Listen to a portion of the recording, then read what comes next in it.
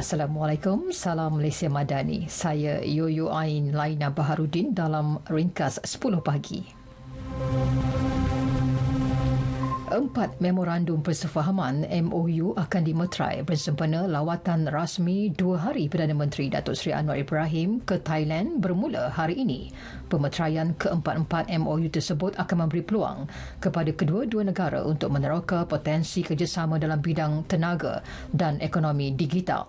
Menurut Menteri Luar Datuk Seri Dr. Zamri Abdul Kadir, turut dibincangkan bidang utama lain seperti pembangunan kawasan sempadan dan projek-projek kesaling hubungan kawasan sempadan darat.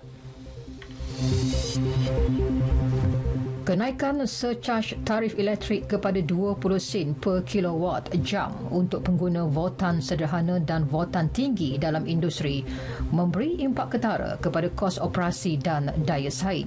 Susulan itu, Presiden Dewan Perniagaan dan Perindustrian Kebangsaan Malaysia, Tan Sri Soe Tian Lai, menggesa kerajaan mempertimbangkan langkah alternatif, antaranya dengan melaksanakan kenaikan secara berperingkat, pengecualian atau subsidi untuk industri dan perniagaan penting. Menu Rahmah merupakan inisiatif yang amat baik namun perlukan sinergi antara kerajaan, peniaga makanan dan pembekal bahan mentah bagi memastikan usaha tersebut berkekalan.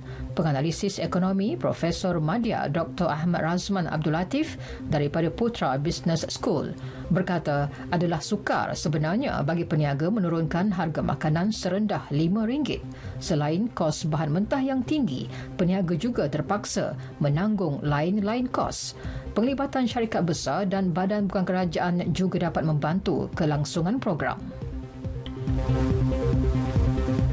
Semua maklumat yang diperoleh daripada balon udara China yang didakwa digunakan untuk tujuan pengintipan ke atas Amerika Syarikat akan didedah kepada negara-negara sekutu.